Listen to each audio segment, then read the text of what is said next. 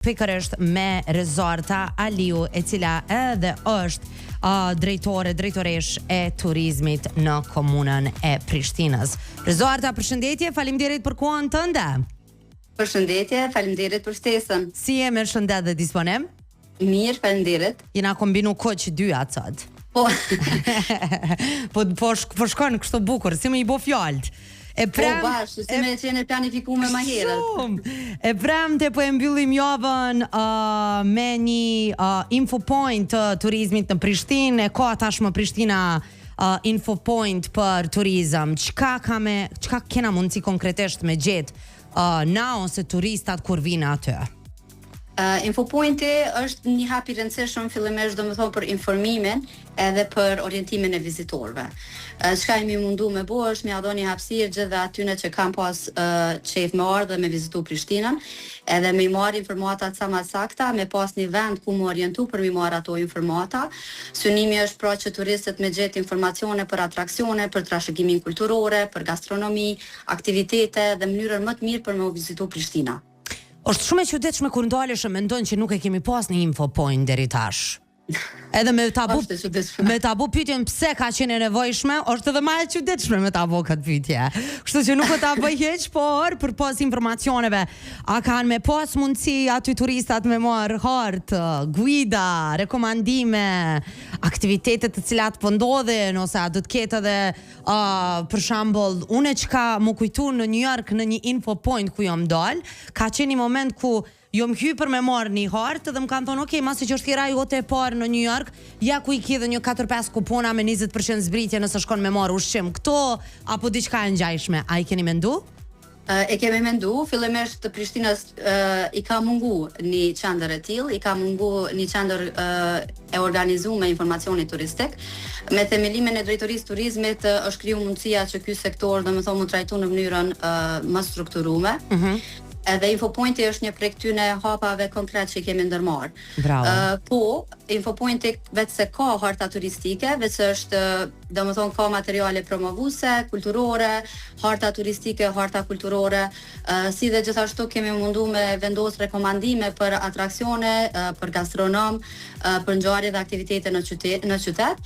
Natyrisht përmbajtja ka mu plotsu edhe ka mu përditsu në vazhdimsi në bashkëpunim me aktorët e turizmit. Po është mendu edhe një lloj vaucheri në të ardhmen me u punu, një lloj vaucheri ku turistët në momentin që hinë në qendër turistike e kanë edhe një vaucher ku për shembull kanë me pas mundësi me marrë zbritje në disa nga kafenet tona ose kanë me pas në atraksione tona, në për muze, domethënë është mendu edhe kjo si ide. Ku ndodhet infopoint, cili është orari, a punon gjatë fundjavave, ku na trego pak që me ditë, sepse na kemi edhe audiencë shumë të madhe prej vendeve të Evropës, botës në përgjithësi, diaspora jonë e dashur, kështu që nëse dojnë me e vizitu kur edhe ku. E kemi vendosur po mdoket në vendin më strategjik, në vendin ku vizitohet më së shumti, është infopointi ndodhet në Pallatin e Rinisë dhe Sporteve, është pranë monumentit New Bern. Domethënë është New Bern gjithashtu është monumenti më i vizituar për momentin. Orari përfundimtar është ende duke u harmonizuar, për shkak se jemi të mundu me harmonizuar në atë mënyrë që më përshtat secili sezon edhe fluksi të vizitorëve. Normalisht që funksionimi gjatë fundjavave ka me qenë pjesë e këtij planifikimi. A muj me ditë, a kemi dhëna se sa turistë vizitojnë Prishtinën gjatë një viti, edhe nga cilat vende mas shumti vizitohet Prishtina? Kemi të dhëna, kemi bashkëpunim gjithashtu dhe me Agjencionin e Statistikave të Kosovës. Kemi fillu bashkëpunimet ku jemi të mundu që bashkarisht me punu në statistika sa më të sakta dhe më të plota.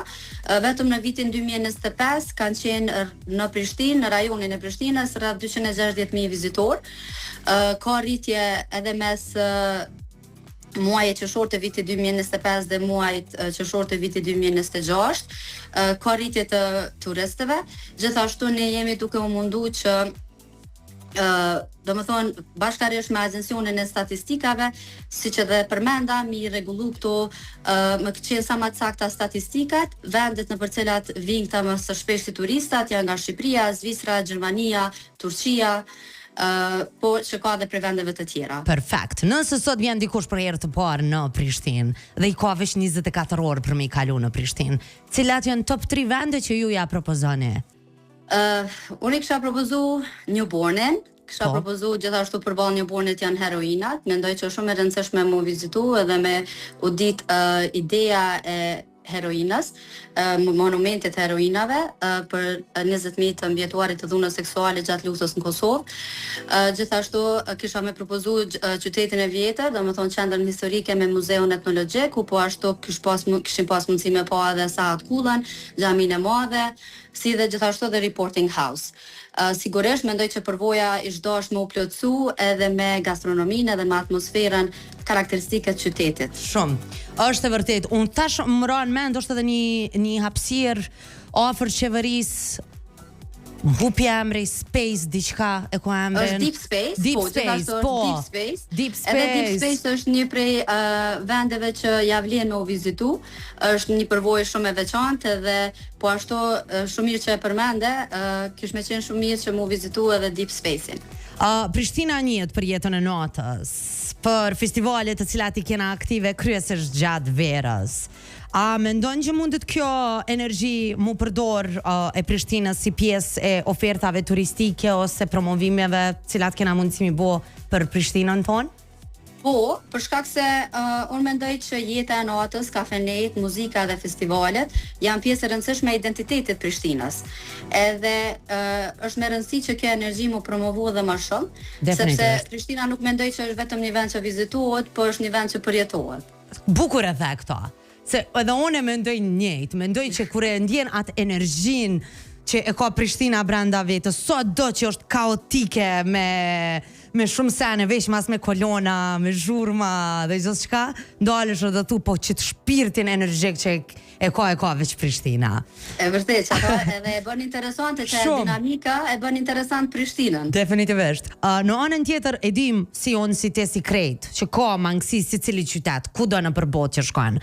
Por, cilat janë mangësit më të nda në Prishtinë që i ka destinacioni turistik? A janë infrastruktura, a është transporti, a është sinjalistika, mungesa aktiviteteve, informacionet, cila mendon te? Mendoj që në fillim të krijimit të drejtorisë së turizmit, unë jam mundu me pas takime të shumta me sektor të ndryshëm, me organizata të ndryshme dhe në ndërkohë me thith informata të ndryshme. Edhe prej aty në hulumtimeve të cilat i kemi bo edhe si drejtori bashkarisht me gjithë ata që kemi bashkëpunu, një prej problemeve dhe sfidave kryesore që hasi është sinjalistika. Shenjazimet në rrugë, po për këto vetëm se kemi fillu me punu edhe me mundu sa më shpejt mi rregullu këtë çështjen e sinjalistikës. Gjithashtu një prej sfidave tjera mendoj që janë edhe restaurimi i disa prej pjesëve kryesore që mund domethënë po pengon pak në ofertën turistike si muzeu kombëtar, mandej teatri, një pjesë e muzeut etnologjik. Këto janë disa nga sfidat cilat në pjesën e turizmit i kemi has. Edhe unë uroj që teatri sa më shpejt të rregullohet. Nëse flasim pas 2 apo 3 vjetësh, çka kishe dasht me ndryshu në turizmin e Prishtinës edhe çfarë Prishtinë kishe dasht ti me pa një turist? Kisha dash me po turistat Prishtinën që e shohim ne, që e përjetojmë edhe që e dojmë, na që kemi jetu këtu edhe ja kemi kushtu këtë jetën vendit tonë. Unë mendoj që turistat e meritojnë me pas një hapësirë të shashme, domethënë kurdo që vjen në Prishtinë, me pas sinjalistikën e duhur, me pas informacione digjitale, me qenë e promovume në krejt vendet ku mundemi me promovu Prishtinën, edhe në vende jashtë Kosovës, në panajire të mëdha, në mënyrë që secili me pas mundësinë edhe me marrë me përjetu Prishtinën ashtu siç edhe e meriton. Rezarta, faleminderit shumë për gjitha këto informacione.